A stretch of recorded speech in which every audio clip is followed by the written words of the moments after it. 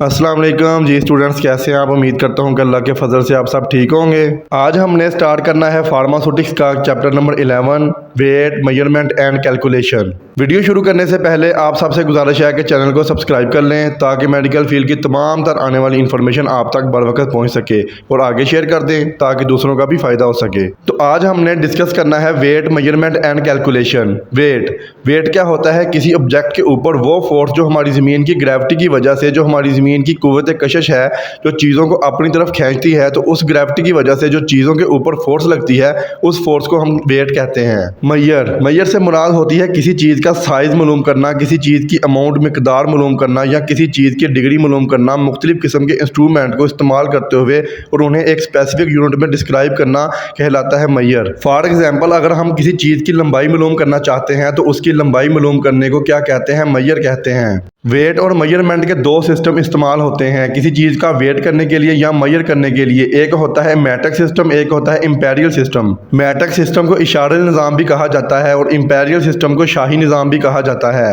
Matric system है, ये आज के दौर में सबसे आम इस्तेमाल होने वाला यूनिट होता है किसी भी चीज़ की मेजर मालूम करने के लिए, किसी भी चीज़ का वेट मालूम करने के लिए या किसी भी चीज़ की लेंथ मालूम करने के लिए, किसी भी चीज़ का वॉल्यूम मालूम करने के लिए। फॉर एग्जाम्पल, अगर हम चाहते हैं किसी चीज़ की लंबाई मालूम करनी है तो लंबाई मालूम करने के लिए लेंथ के लिए जो यूनिट इस्तेमाल होता है मैट्रिक सिस्टम में वो मीटर होता है। और अगर हम किसी सोलर चीज़ का वजन करना चाहते हैं तो उसका वजन मालूम करने के लिए जो यूनिट होता है वो ग्राम होता है। और अगर हम किसी लिक्विड चीज़ को मेजर करना चाहते हैं तो उसके लिए जो यूनिट होता है वो लीटर होता है। ये तीन मेन यूनिट होते हैं जो मैट्रिक सिस्टम में इस्तेमाल होते हैं। इन तीन यूनिट से मजीद यूनिट भी बनाए जा सकते हैं, जैसे इनके स्टार्ट में प्रीफिक्स लगा के।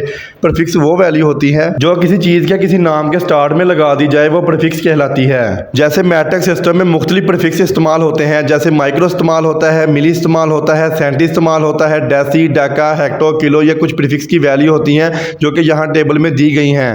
अगर ये जो पहले तीन यूनिट दी गई हैं, मीटर, ग्राम, लीटर, अगर उनके पहले ये प्रीफिक्स की वैल्यू लगा दी जाए तो हमारे पास एक नया यूनिट बन जाता है। जैसे हम मीटर की बात करें तो किसी चीज़ की लंबाई मालूम करना चाह रहे हैं तो हम मीटर से पहले किलो को लगा देंगे तो वो किलोमीटर बन जाएगा। 1 किलो तकरीबन 1000 के बराबर होता है। हेक्टो की बात करें तो 100 टाइम बेसिक यूनिट के बराबर होते हैं और ये तमाम प्रीफिक्स वैल्यू उनके साथ मैचिंग की गई हैं। अगर हम बात करें मैट्रिक सिस्टम के अंदर वेट के यूनिट की के वेट के लिए कौन कौन से यूनिट इस्तेमाल होते हैं। ग्राम के स्टार्ट में प्रीफिक्स लगा के सबसे पहले तो इस्तेमाल होता है किलोग्राम। अगर हम ग्राम के स्टार्ट में किलो लगा देंगे तो वो किलोग्राम बन जाएगा, तो वो तकरीबन 1 किलोग्राम 1000 ग्राम के बराबर होता है। अगर ग्राम के स्टार्ट में हेक्टो लगा देंगे तो वो हेक्टोग्राम बन जाएगा। 1 हेक्टोग्राम 100 ग्राम के बराबर होता है। इसी तरीके से ये बाकी यूनिट भी दिए गए हैं। 1 डेकाग्राम 10 ग्राम के बराबर होता है। 1 ग्राम 1000 मिलीग्राम के बराबर होता है। 1 डेसीग्राम 0.1 ग्राम के बराबर होता है। 1 सेंटीग्राम 0.01 ग्राम के बराबर होता है। 1 मिलीग्राम 0.001 ग्राम के बराबर होता है और 1 मिलीग्राम 1000 माइक्रोग्राम के बराबर होता है। मैट्रिक सिस्टम के अंदर वॉल्यूम का यूनिट जो लीटर होता है, अगर उसके स्टार्ट में हम प्रीफिक्स लगा दें तो उससे भी डिफरेंट यूनिट बन सकते हैं, जैसे किलोलीटर हो गया, hectolitre, डेकालीटर, litre, decilitre, centilitre, millilitre हो गए। ये तमाम वैल्यूज़ जो हम वेट के लिए इस्तेमाल कर रहे हैं, यहाँ पे भी हम किलो और हेक्टो उन्हीं वैल्यूज़ के लिए इस्तेमाल कर रहे हैं। फ़र्क कहाँ पे आ जाता है कि वहाँ पे हम ग्राम के लिए मीटर का इस्तेमाल कर रहे हैं और यहाँ पे हम वॉल्यूम के लिए लीटर का इस्तेमाल कर रहे हैं। इसके अलावा मैट्रिक सिस्टम में जो पानी के जो 20 ड्रॉप्स की बात करें तो 20 ड्रॉप्स 1 मिलीलीटर के बराबर होता है और 1 टीस्पून 5 मिलीलीटर के बराबर होता है और 1 टेबलस्पून 15 मिलीलीटर के बराबर होता है। दूसरा मेजरमेंट का सिस्टम इंपीरियल सिस्टम होता है। इंपीरियल सिस्टम का इस्तेमाल बहुत कम किया जाता है। जो बादशाह लोग थे, जो पहले वक्तों में जो बादशाह गुजरे हैं, उनके दौर में इस्तेमाल किया जाता था और ये इंपीरियल सिस्टम तो इंग्लैंड में डेवलप किया गया था। इसकी अगर हम मिसाल लें तो लेंथ की अगर हम बात करें तो हमारे पास जो मैट्रिक सिस्टम था उसमें लेंथ के लिए जो यूनिट इस्तेमाल किया जाता था वो मीटर इस्तेमाल किया जाता था, लेकिन इंपीरियल सिस्टम में लेंथ के लिए इंच, फीट, यार्ड्स का यूनिट इस्तेमाल किया जाता है। वेट की बात करें तो वेट मैट्रिक सिस्टम के अंदर ग्राम में लिया जाता था, लेकिन इंपीरियल सिस्टम में पाउंड या औंस का लफ्ज़ इस्तेमाल किया जाता है। पाउंड्स अब भी केक वगैरह के मेजरमेंट के लिए या जो न्यू बोर्न बेबी होते हैं, जो छोटे बच्चे होते हैं, उनका वजन करने के लिए हम पाउंड यूनिट का इस्तेमाल करते हैं। इंपीरियल सिस्टम में एरिया के लिए स्क्वायर फुट या एकड़ का यूनिट इस्तेमाल किया जाता है और वॉल्यूम के लिए मैट्रिक सिस्टम के अंदर लीटर इस्तेमाल होता है, लेकिन इंपीरियल सिस्टम के अंदर फ्लूइड, औंस, गैलन्स का इस्तेमाल किया जाता है। दो तरह के इंपीरियल सिस्टम इस्तेमाल होते थे, ओविडियोपोइस सिस्टम और एपोथेकेरी सिस्टम। जो ओविडियोपोइस सिस्टम था ये इंग्लैंड में यूज़ होता था और जो एपोथेकेरी सिस्टम था वो अमेरिका में यूज़ होता था। इंपीरियल सिस्टम के अंदर जो ओविडियोपोइस सिस्टम है उसमें वेट को ग्रेन से रिप्रेजेंट किया जाता है। 437.5 ग्रेन्स जो होते हैं ये तकरीबन 1 सोलर ओंस के बराबर होते हैं। और अगर हम बात करें ओंस की तो 16 ओंस 1 पौंड के बराबर होते हैं और 1 पौंड तकरीबन 700 ग्रेन्स के बराबर होते हैं। इंपीरियल सिस्टम के ओइडोपोइस वॉल्यूम का अगर यूनिट लें तो वो मिनिमम होता है तकरीबन 60 मिनम्स 1 ड्रैचम के बराबर होता है, 8 ड्रैचम 1 फ्लूइड ओंस के बराबर होते हैं और 480 मिनम्स 1 फ्लूइड ओंस के बराबर होते हैं। ये जितने भी ओंस, ग्रेन्स, पौंड्स, ड्रैचम, फ्लूइड्स वगैरह हैं ये ओइडोपोइस सिस्टम के अंदर वेट के वॉल्यूम के यूनिट के तौर पर इस्तेमाल होते थे। एपोथेकेली सिस्टम की बात करें तो वेट के लिए ग्रेन्स का यूनिट ही इस्तेमाल किया जाता है।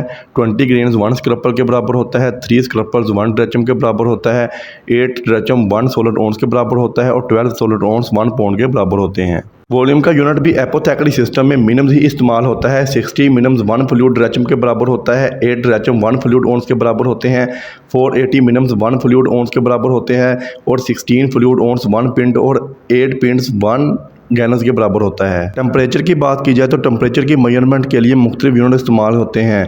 इसमें सेंटीग्रेड भी आता है, फ़ारेनहाइट भी आता है।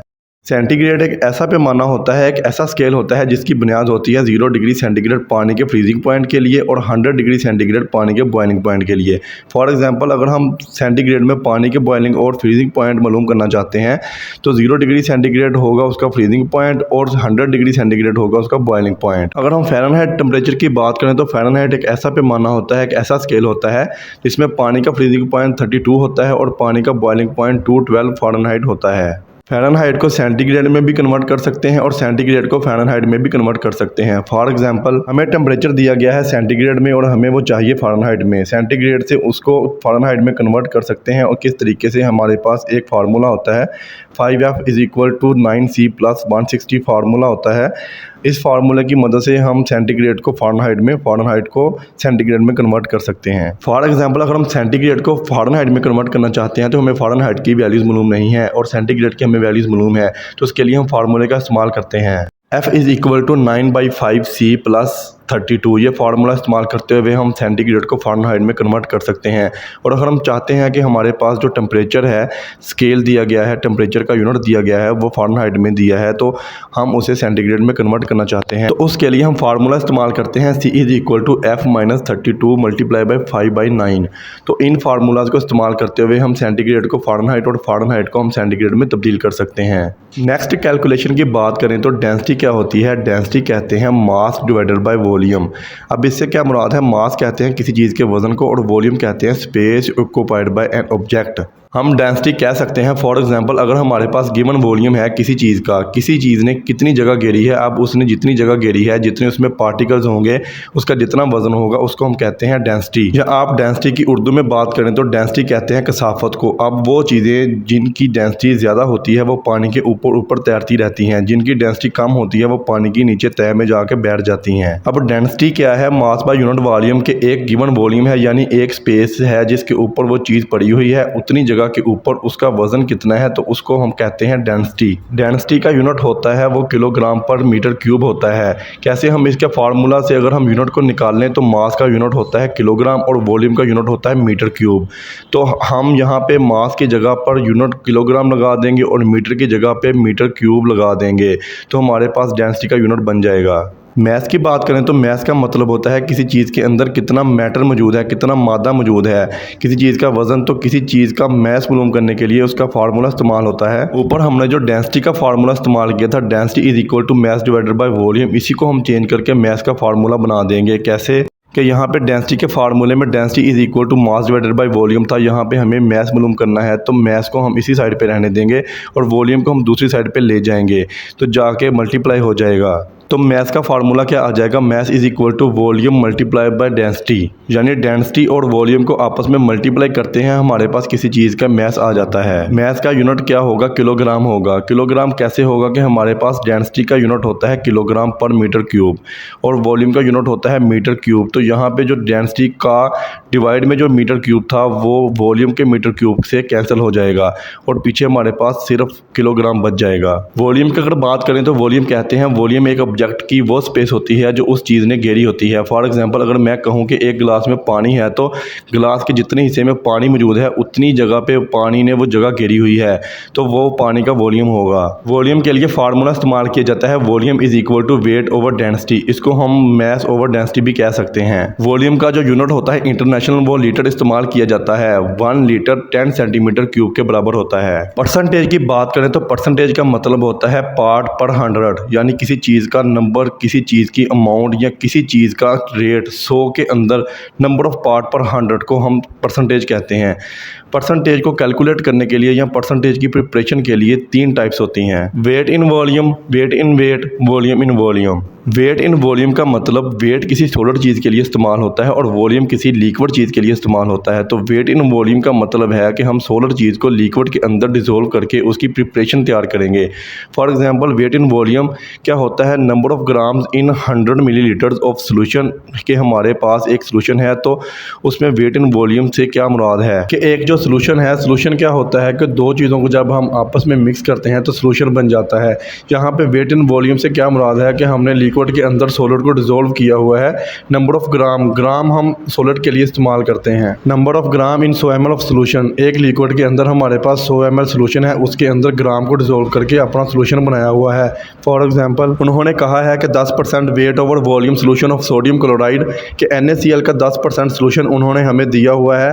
तो 10% सोल्यूशन हम कैसे बनाएंगे, हम 10 ग्राम ले लेंगे सोडियम क्लोराइड और हम उतना पानी लेंगे कि सोडियम क्लोराइड 10 ग्राम को हम पानी में डिसॉल्व करने पे हमें 100 ml सोल्यूशन हासिल हो।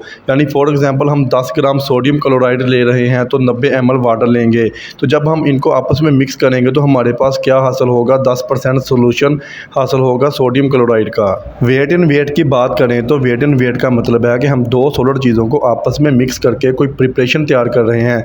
तो इसका मतलब है कि number of gram in 100 gram of solid preparation, कि हमने जो प्रिपरेशन तैयार की है उसमें दो सॉलिड चीज़ों को आपस में मिक्स किया है। For example 5% weight over weight boric acid ointment. Boric acid ointment बनाने के लिए हम क्या कर रहे हैं कि 5% का मतलब है कि हम 5 ग्राम बोरिक एसिड लेंगे तो उसे इतनी ऑइंटमेंट के अंदर डिसॉल्व करेंगे कि हमारे पास टोटल कितना आ जाए, 100 ग्राम आ जाए। यानी हमारे पास 5 ग्राम बोरिक एसिड है और हम तकरीबन 95 ग्राम उसके अंदर ऑइंटमेंट लेंगे, बेस लेंगे। बेस लेने के बाद हम बोरिक एसिड को इसके अंदर डिसॉल्व करना है और हमारे पास वेट इन वेट का सोल्यूशन बन जाएगा। वॉल्यूम इन वॉल्यूम की बात करें तो इसका मतलब है कि लिक्विड का लिक्विड के अंदर मिक्सचर या लिक्विड का लिक्विड के अंदर प्रिपरेशन। तो इससे हम क्या करते हैं कि हम लिक्विड चीज़ को लिक्विड के अंदर ही मिक्स करते हैं।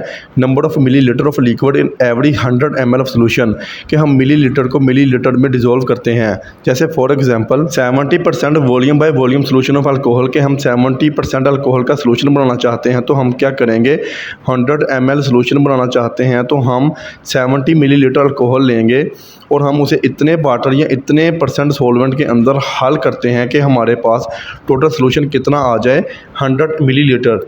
फॉर एग्जांपल हमने 70 मिलीलीटर अल्कोहल ली है तो 30 मिलीलीटर सोल्यूशन के अंदर मिक्स करके 100 ml सोल्यूशन बनाते हैं।